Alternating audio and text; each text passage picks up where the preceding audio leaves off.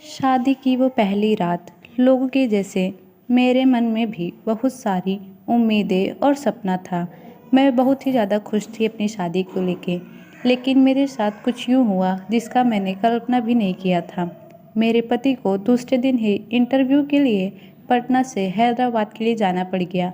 मैं एक लड़की, मेरे मन में भी सुहागरात को लेके बहुत सारी एक्साइटमेंट थी, लेकिन पहली रात ही मेरे लिए कयामत की रात हो गई।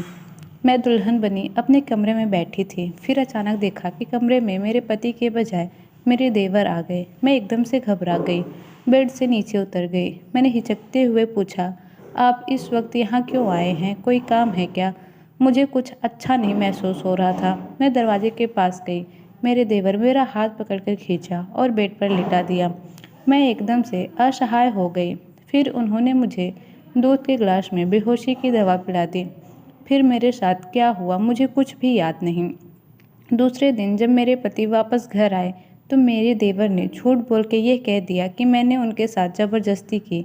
फिर मेरे पति ने मुझे कहा कि तुम एक बदचलन औरत हो और मैं तुम्हारे साथ पूरी ज़िंदगी कैसे बिता सकता हूँ, और मुझे हमेशा के लिए अपने घर से निकाल दिया गया।